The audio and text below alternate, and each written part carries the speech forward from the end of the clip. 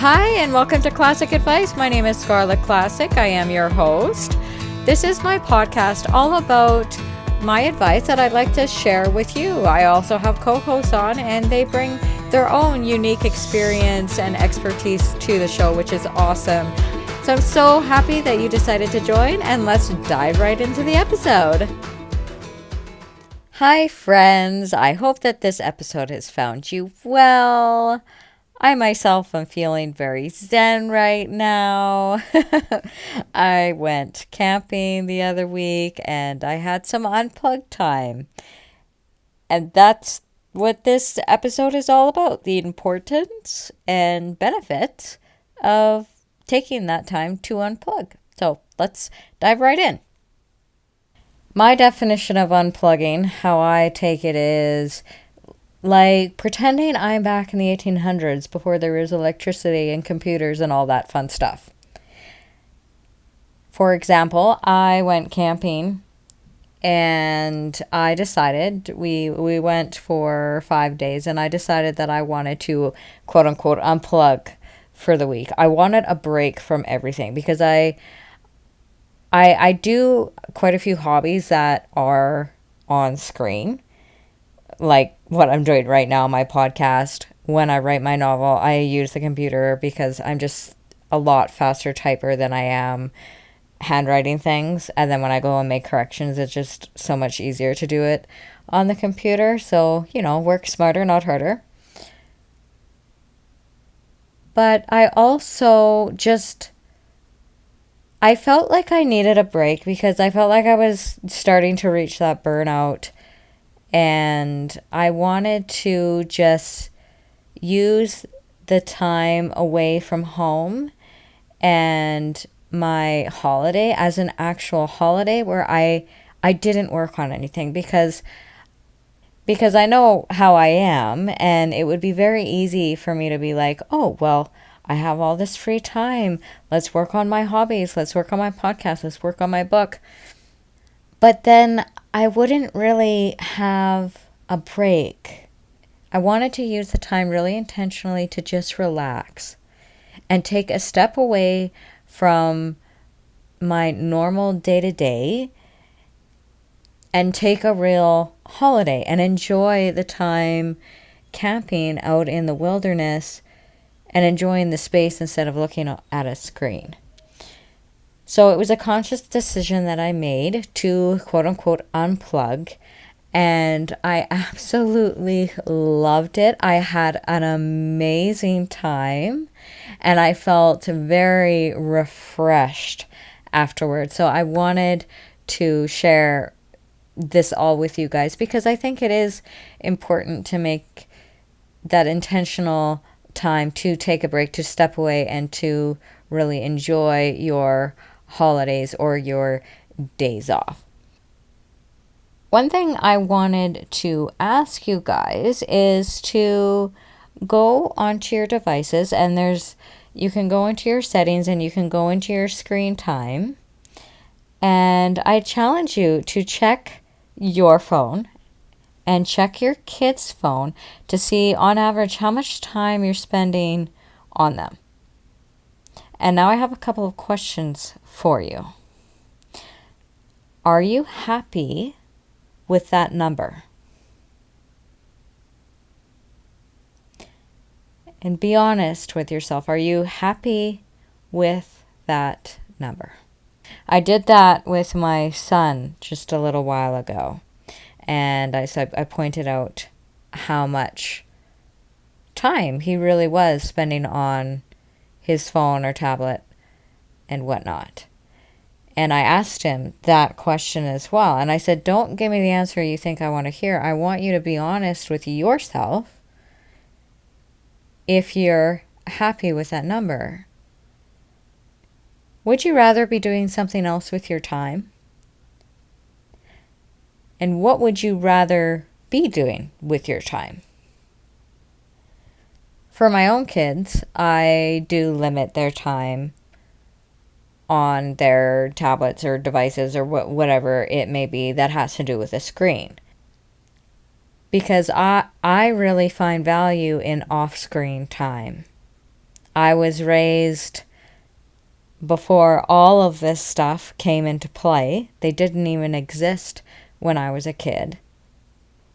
And I don't want them to be missing out on reality because they're stuck in a virtual reality. I know I've mentioned this before with Levi, but we do a 1-to-1 ratio. So he has to read for an hour if he wants an hour on his VR. And then for his phone, I give it to them right before bed so they have an hour or a half an hour right before bed that they can play on it. And then that's it. And they know that, so they don't nag me all day about it because they just know that at 8 o'clock they get their tablets, or 7 o'clock they get their tablets. Sometimes I'll give it to them early. And interestingly enough, I've started to notice a trend with my kids that the days that I give them, okay, you can just be on your devices however much you want. It's raining and gross outside. Just go be on your devices. It's all good. We'll just have a movie day or whatever. And the next day, they're grumpy. It's like a trend that when they spend a lot of time on their devices, they tend to get grumpy. And as I mentioned, as we went camping, I also limited the kids' screen time when we were camping. And they had an absolute blast playing at the park. Levi was drawing. Riley was making friends left, right, and center. He made a friend with the kid next to our campsite. And then those people left. And then there's another kid that came and he made friends with him. They played at the lake. It was such a great holiday. And yes, a lot of it was because we were out in nature and the mountain air and all of that, but we really didn't spend a lot of time on screens. We went for hikes and we spent the time outside and we spent the time together. One thing that I've noticed, especially for the kids, when I limit their on-screen time, is their physical activity shoots through the roof because they're not just sitting on their bed or sitting on the couch staring at a screen. They're outside running around and playing, which is great. Kids need to move. We all need to move, otherwise we stiffen up, right? I know for myself, especially because I have a job that it's not all the time on the computer, but a lot of the time it is looking at a screen. If I do spend a lot of time on the screen, I tend to get headaches more frequently than if I take a break from being on the screen. And next, the social benefits. Like I mentioned before, Riley was making friends left, right, and center when we were going camping. If he was on his tablet, he wouldn't have made those friends. He wouldn't have gone to the park.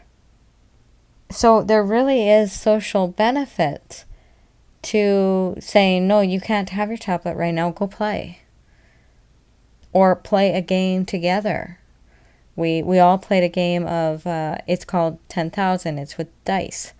And we all sat down and played that the one evening.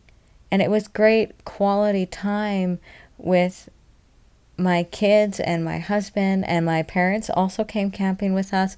And it was great to spend the quality time together.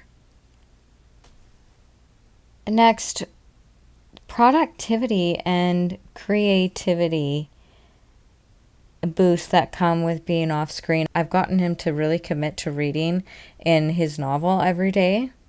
And just, wow, the imagination that he has got.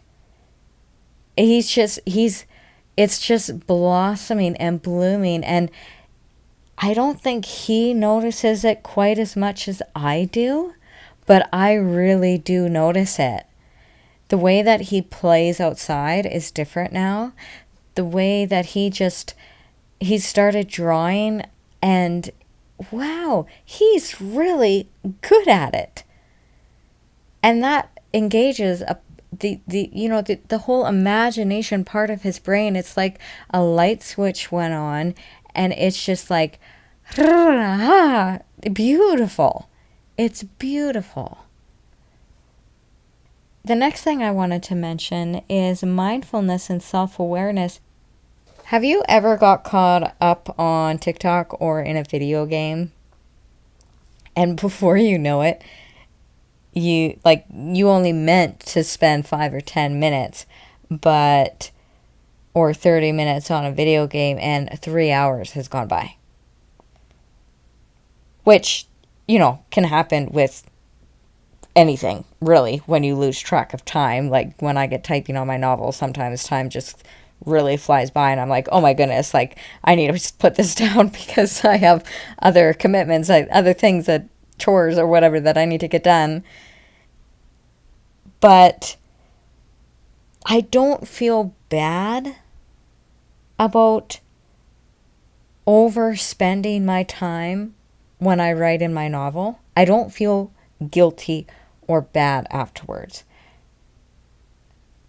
It's like, oh, I need to put this down and go do my other things. Yes, but I almost feel shameful or guilty when I pick up TikTok and I only mean to be on it for 5 minutes, and I look up at the clock and an hour has gone by.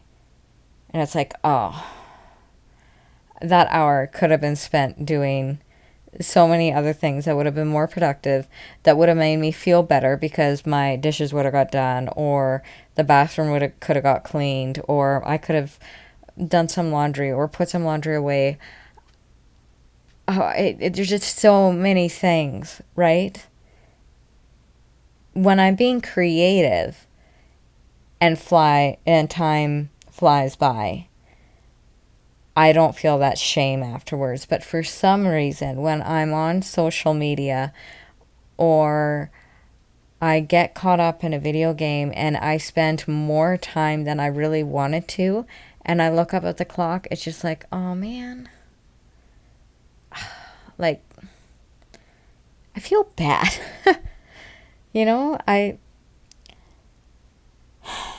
I find myself bummed out because I wish I spent my time better.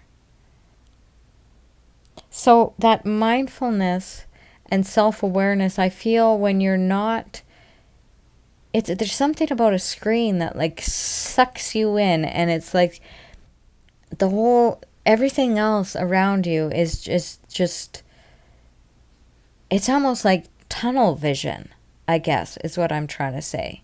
And you get sucked into it, and hours go by, and then it's like, oh. So next I want to share with you some practical tips for implementing some unplugged time. My number one tip I have is schedule your screen time. When do you want to be on it? How long do you want to be on it? And set a timer.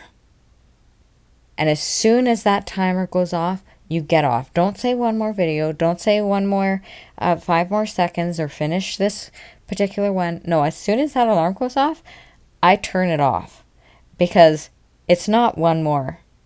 It's 15 more minutes. And then I don't feel guilty or bad about doing it, because I can just go on it for 15 minutes. The next tip I would have is be intentional. When you looked at that number at the beginning of this episode, when I asked you to go into your settings and your screen time, and it gave you that number, how many hours was it? And what do you want to replace that time with? If you're happy spending that amount of time, then great. You're awesome. Right?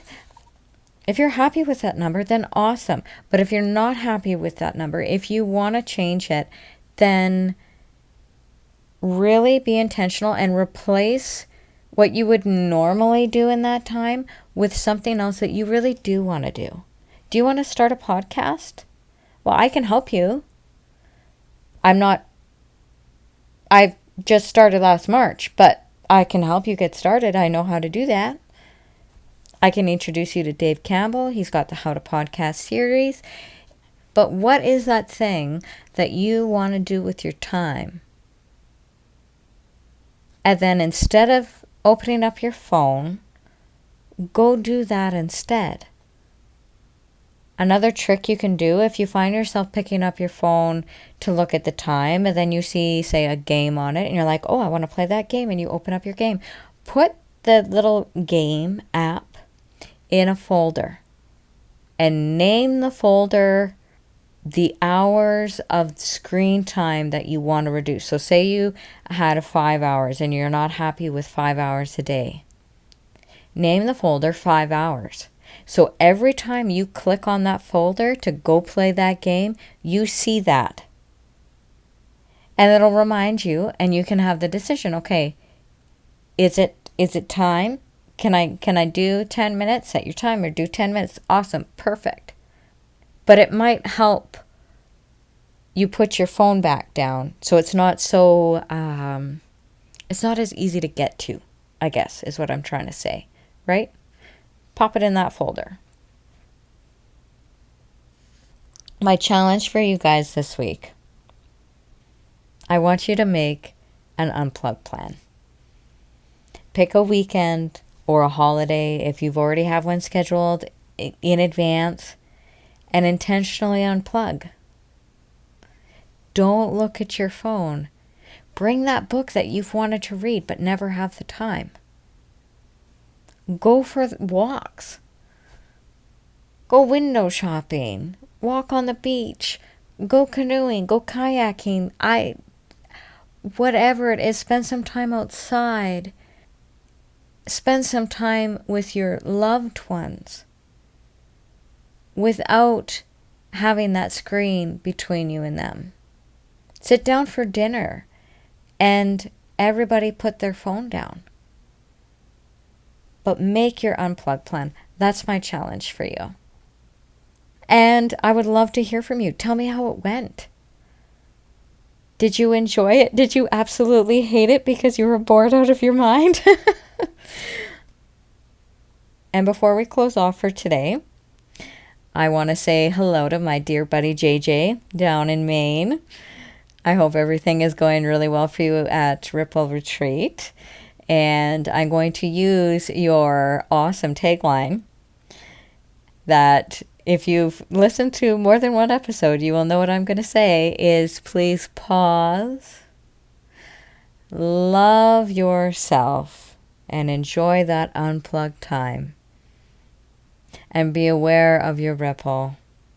Thank you guys so much for being here. Thank you for listening. It means the world to me. I love you guys, and we will catch you next week, okay? All right. Bye. And that's a wrap for this episode. Thank you for listening all the way to the very end. Aw, you're the best. My website is ClassicChronicles.ca. If you want to head on over there, I have my co-hosts all listed there. If you click on their photos, it'll take you directly to their website. Go say hi to them. They would love to hear from you. Podcasters love hearing from their listeners. So go say hi. Don't be shy. And if you want to as well, there is a Buy Me a Coffee link on there, which all the proceeds I use to just pour right back into my podcast. It does cost me just a little bit to have this podcast going, and I would love to be able to support it instead of taking it out of my own pocket and maybe, take the kids for an ice cream because they don't like coffee. I love coffee though. So, all right, you guys take care and we'll see you next week. Bye.